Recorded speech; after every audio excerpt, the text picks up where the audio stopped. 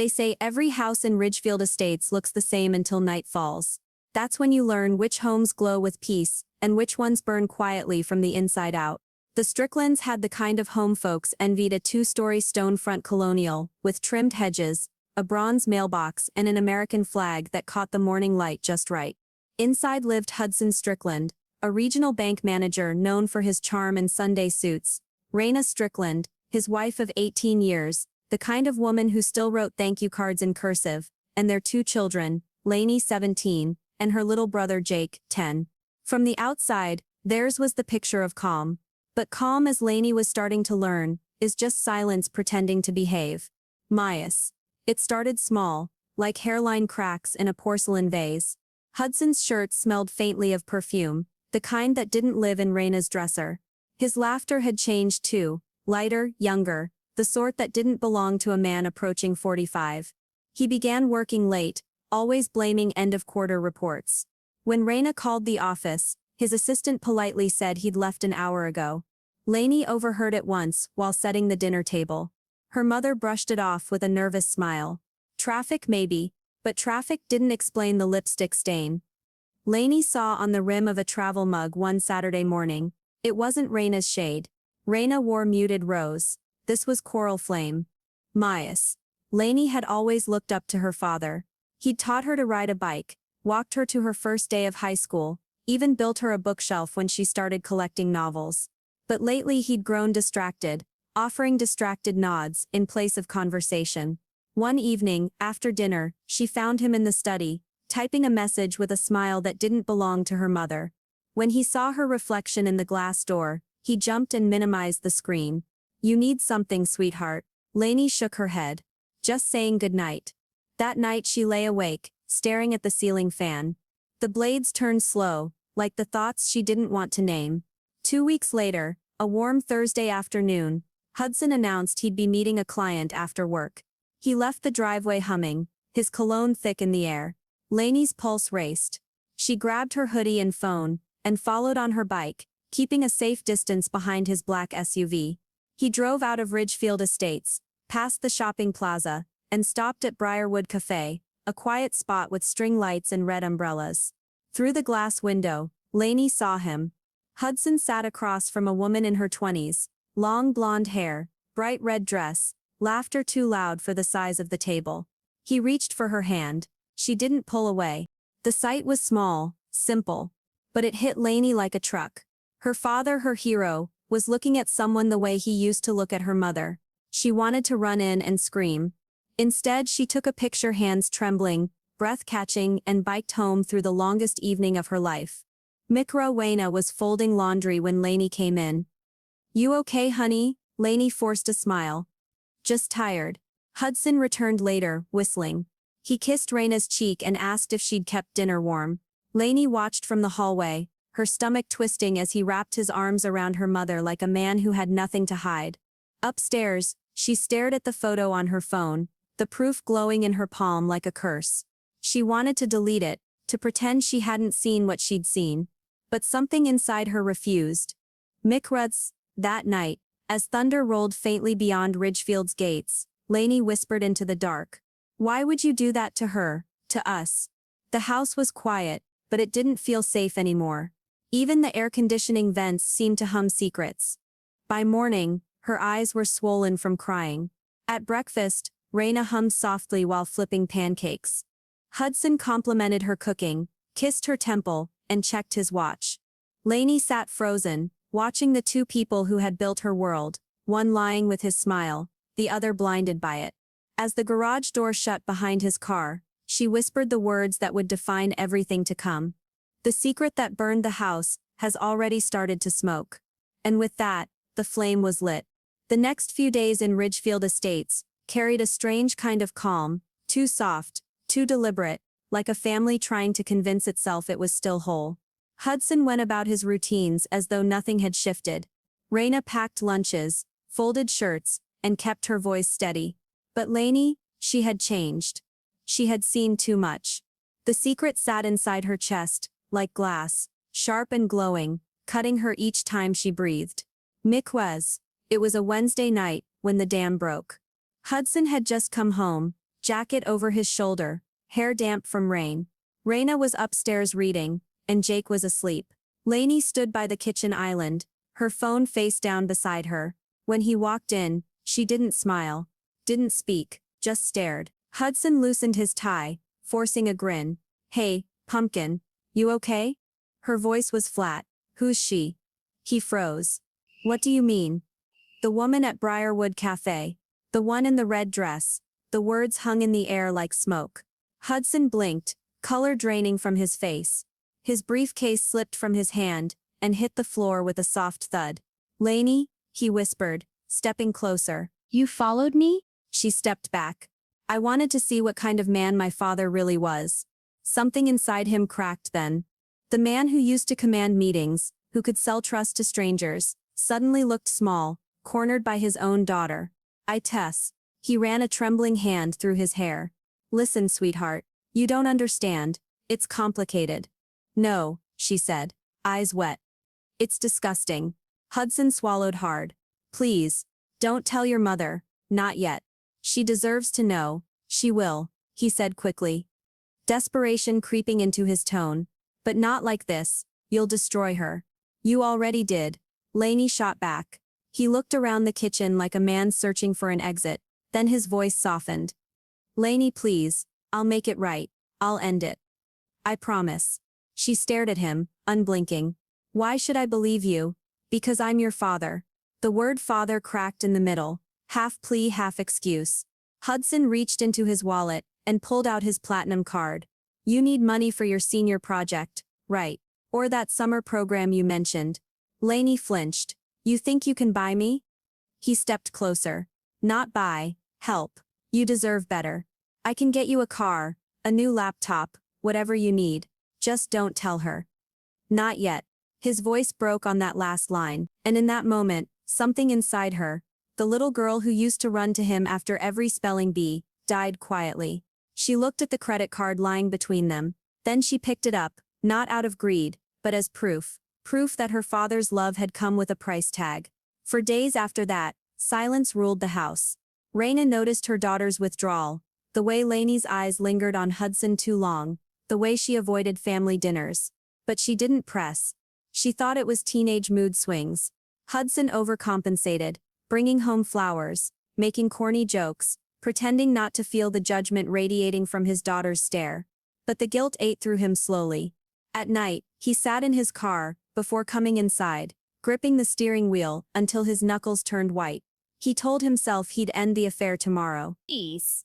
Then tomorrow came, and the perfume on his shirts told another story. Peace. Lainey used the money to buy nothing. The card stayed in her drawer, untouched, a symbol of everything wrong. She hated herself for keeping the secret, but hated him more for forcing her to. Cheese. Every word from his mouth sounded false. Every touch felt staged. One evening, she overheard her mother humming, while sewing a button onto his shirt, saying softly, "You work too hard, Hudson. You should rest more." Lainey had to walk out before she screamed. The guilt twisted into rage, and rage into something darker, a slow, burning desire to make them both see what they'd done to her. Manor Rud. 2 months passed. Raina planned a small birthday dinner for herself, excited to have the family together. She baked her favorite cake, vanilla with lemon frosting. Hudson seemed cheerful, pouring wine, and helping her set the table. But Lainey couldn't stop watching them, her parents laughing like newlyweds, her father's hand resting on her mother's shoulder, as if it belonged there. Later that night, as she brushed her teeth, Hudson knocked on her door. "Can we talk?" She turned, toothpaste still foaming on her lips. "About what?" He stepped in, voice low. "I ended it. For real this time." "Good," she said flatly. He tried to smile. "Can we start over?" Lainey set her toothbrush down and faced him. "You can't start over with what's already rotted." Hudson's face fell. "Lainey," but before he could finish she whispered, "The secret that burned this house didn't start with your affair, Dad.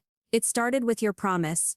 He left her room without another word. Ipathay. After that night, Hudson's shame became visible. He drank more, laughed less, and began sitting alone in the study.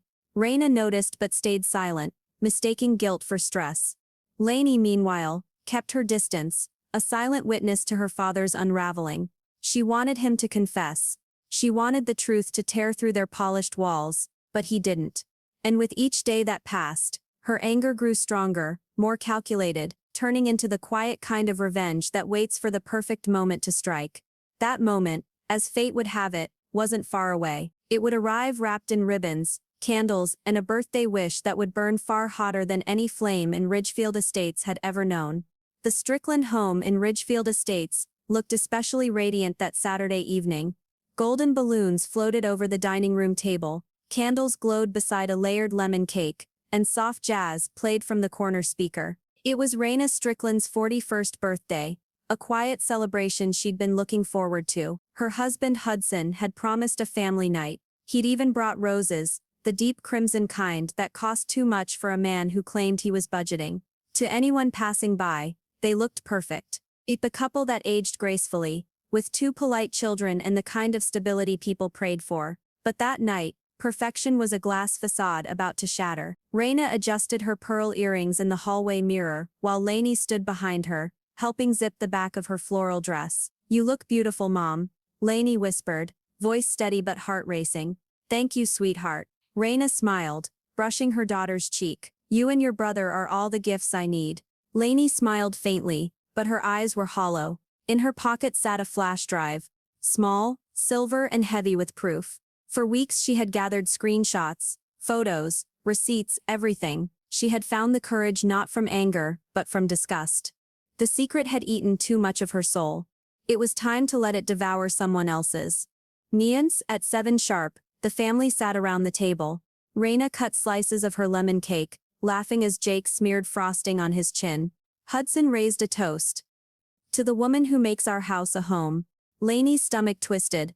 He was toasting with the same mouth that had kissed another woman. She forced a smile, pretending to sip her juice. Halfway through dinner, Raina turned to Lainey. "Sweetheart, will you get the gift bag from the sideboard?" Lainey nodded, rising slowly. Her palms were damp, her pulse loud in her ears. Instead of handing over the gift bag, she placed the small flash drive beside her mother's plate. "What's this?" Raina asked, surprised. "Something I think you need to see," Lainey replied, her voice barely above a whisper. Hudson's fork froze midair. "Lainey, play it," she said, eyes fixed on her mother. Raina inserted the flash drive into the small laptop on the table, her curiosity innocent until the first image appeared. A photo of Hudson at Briarwood Cafe, hand in hand with a young blonde woman, then another, and another. A string of messages followed, projected on the screen, sweet nothings written at midnight. The laughter died. The music seemed to fade on its own. Jake stared, confused, his fork halfway to his mouth. Raina's face went pale as the realization set in. Her hand trembled over the mouse, eyes darting between the screen and her husband. Hudson's face flushed crimson. "Raina, please, don't," she whispered, her voice breaking. "Just don't." Lainey sat still, tears streaming down, but her face unreadable, half guilt, half vengeance. Hudson stood trying to explain. "It was a mistake. It's over, it didn't mean anything." Raina pushed back her chair. "You humiliated me in my own home, on my birthday." Jake began to cry, clutching her arm. Hudson tried to approach her, but Raina stepped back, like his touch carried disease. Then her voice hardened. "Lainey, how long have you known?" Lainey's throat tightened. "Since July." Raina blinked, confused. "Since July. And you said nothing?" Lainey's lip trembled. "He made me promise. He said he'd fix it. He said he'd buy you off." Raina's tone sliced the air. Lainey's eyes filled with tears. "I thought I was protecting you." Hudson turned toward her pleading. "Lainey, please. Stop talking," Raina hissed. "You don't speak to her. You don't speak to me." The man who once commanded conference rooms now stood speechless, shoulders hunched, the weight of two women's judgment pressing him into the ground. "Mina?" Raina sank into a chair, shaking. The silence was suffocating. Jake sobbed softly in the corner. Hudson knelt before her. "Please, Raina. You have to understand. Understand," she spat, her voice trembling with disbelief. "You dragged your daughter into your filth. You made her your accomplice. You took her innocence and turned it into your shield." He broke then. The proud man, the image of control, collapsed on the hardwood floor, sobbing. It was not a noble kind of crying, it was guttural, ugly, animalistic. And that humiliation, seeing him stripped of all dignity, did something to Reina. It didn't soothe her pain, but it quieted her rage. She stood and said, voice calm, but lethal. If you wanted to burn this house with your secrets, Hudson, then let's finish what you started. Minas Hudson slept in the guest room that night. Reina locked her bedroom door. Lainey didn't sleep at all. The next morning the neighborhood buzzed. Someone no one knew who had sent the photos from that flash drive to the Ridgefield Community Board's group chat, where gossip spread faster than wildfire. Hudson's colleagues saw them. So did the branch manager at Fairway National Bank, where he worked. By noon he was asked to take some time off. Humiliation had gone public. The man who once hosted charity dinners, now had neighbors whispering behind manicured hedges. That evening Reina told him to pack a bag. No discussion, no negotiation. You leave tonight, he begged. He swore it was one mistake. She handed him a suitcase. You mistook this home for a stage, Hudson. But this isn't a show, it's Judgment Day. Minas ass. As his car rolled down the driveway under the dim streetlight, Lainey stood in the window, watching him disappear. She thought she'd feel peace. Instead she felt hollow, because revenge never really ends, it only changes faces. And the next one staring back at her in the mirror, was her own. The house on Magnolia Crest Drive, no longer sounded like home. The hum of the dishwasher, once comforting, now echoed through empty rooms like confession bells. Hudson's shoes were gone from the foyer, his toothbrush vanished from the bathroom, but his presence, his guilt, lingered in every corner like stale air that refused to move. Reina Strickland didn't cry, not anymore. Her tears had dried the night she watched him drive away, suitcase in the trunk, his reputation unraveling behind him like a loose thread in a silk tie. What replaced her grief was something colder, a clarity that only betrayal can give. Reina had always been a quiet observer, the type who remembered dates, phone numbers, passwords. Hudson had forgotten that about her. She knew the combination to the home safe, she knew the passwords to his business accounts, the ones he used for personal expenses disguised as client meetings, and she knew that when a man builds his life on lies, the right truth in the right hands can tear it all down. That week she visited Fairway National Bank, not as Hudson's wife, but as Mrs. Reina Strickland, joint account holder. The young teller greeted her kindly, unaware of the quiet storm behind her polite smile. I'll need full transaction statements for all joint accounts, she said smoothly. Of course, ma'am, the teller replied. By afternoon, Reina had copies of every withdrawal, every hotel charge, every restaurant receipt. Briarwood Cafe appeared more than a dozen times. So did a high-end boutique in downtown Hartford. Women's clothing, size small. She didn't send these to the bank manager.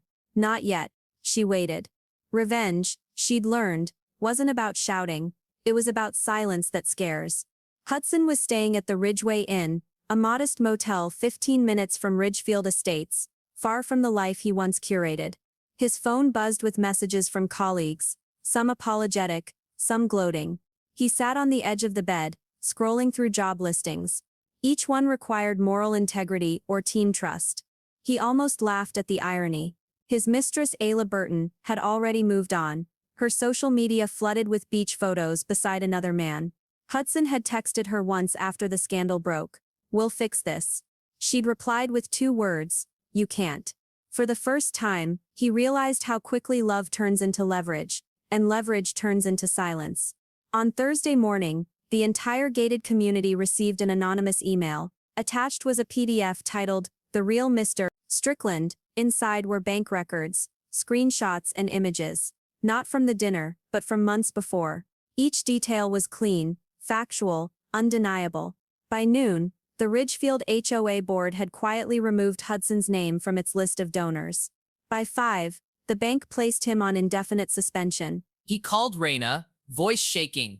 You sent it, didn't you? She paused. I sent the truth. You were the one who made it worth reading. He tried to speak, but she hung up. Meanwhile, Lainey was living through her own punishment. Her mother had withdrawn affection completely, not cruelty, just distance. There were no more good mornings, no more hugs before school, just silent acknowledgement. At first, Lainey resented it. She wanted her mother's forgiveness, her warmth. But slowly she began to understand. The punishment wasn't to hurt her, it was to make her reflect. One evening, she found her mother sitting on the porch, staring into the distance. The sunset painted the sky gold, but Reina's expression stayed calm, detached. Mom. Reina didn't look at her. You think I'm angry because you exposed him? Lainey's voice trembled. Aren't you? No. Reina said softly. I'm angry because you let him buy your silence. The moment you took that promise, you became part of the fire. Tears filled Lainey's eyes. I didn't know what to do. That's how betrayal always starts. Reina said, with someone who doesn't know what to do. But then weeks, Reina had transferred all family assets to her name. The mortgage, the car title, even the small investment account she'd ignored for years. She became the sole owner of everything Hudson had built. At church, neighbors whispered. Some pitied her, others admired her strength. Reina smiled through it all, saying little. She never corrected the gossip, because sometimes silence is the loudest form of revenge. By December, Hudson was selling his watch collection to pay rent. He wrote Reina a letter, begging to see the children for Christmas. She read it once, folded it neatly, and placed it in a drawer. Some men needed distance to understand what they'd destroyed. The final nail came at the Ridgefield Winter Gala, an event Hudson once chaired. Reina arrived, wearing a navy gown, simple but regal. Whispers followed her. Hudson showed up uninvited, desperate to save face. He approached her near the buffet table, eyes sunken, suit ill-fitted. Reina, he said, voice cracking, please can we talk privately? She turned, wine glass in hand, and looked him straight in the eye. Privately, she repeated. You lost that right when you made our life public. The room went still. Every pair of eyes watched as she walked away, her heels clicking like a metronome of dignity. Hudson stood frozen, humiliated once again, not by rumor this time, but by the quiet poise of the woman he underestimated. When Reina returned home that night, Lainey was waiting up for her. How did it feel? She asked softly. Reina took a deep breath. Empty, she admitted. Revenge always is, but sometimes emptiness is better than pretending. Lainey nodded, tears in her eyes. I'm sorry for keeping his secret. Reina looked at her then, really looked, and for the first time in months, her expression softened. Then stop keeping yours, she said gently. Forgive yourself. As Lainey hugged her mother, the house felt different, not healed, but honest. And in Ridgefield Estates, that honesty was rarer than gold. Reina poured herself a glass of wine and whispered into the quiet, the secret that burned this house isn't gone. It's just finally out in the open. But neither she nor her daughter knew. The fire hadn't finished its work yet. Because what happens after revenge is reckoning. Winter melted quietly in Ridgefield Estates, leaving puddles that reflected a sky too clear for the pain it had witnessed. The Strickland house stood tall again, its stone walls scrubbed, curtains replaced, and front lawn neatly trimmed. But peace, real peace, doesn't grow from new paint or pruned hedges. It grows from facing what once burned you. 3 months had passed since Hudson's fall from grace. He was no longer the man whose smile charmed bankers and neighbors alike. He lived in a modest apartment above a tire shop off Harbor Road, his days divided between cheap coffee and job applications that never led anywhere. The affair had ended long before, leaving him nothing but silence and shame. Every night, he scrolled through old family photos, Reina's smile, Lainey's graduation pictures, Jake's baseball games, and realized too late that his kingdom had collapsed, not from lack of love, but from lack of truth. He wrote letters to Reina and the children, none of which he sent. He drove past the old house sometimes, slowing down just enough to see the porch light glowing, a beacon he no longer had permission to follow.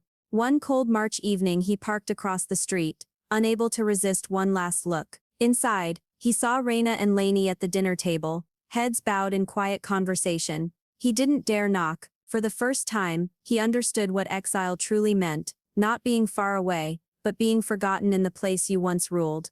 At home, Lainey was changing too. Her silence had become self-inflicted, not out of shame now, but reflection. She spent evenings journaling, writing lines she didn't yet understand. When you keep a secret for someone, you end up burying part of yourself. Her relationship with Reina slowly softened. It started with small things, folding laundry together, sharing coffee on the porch, quiet walks in the chilly dusk. The silence between them began to heal, not through words, but shared endurance.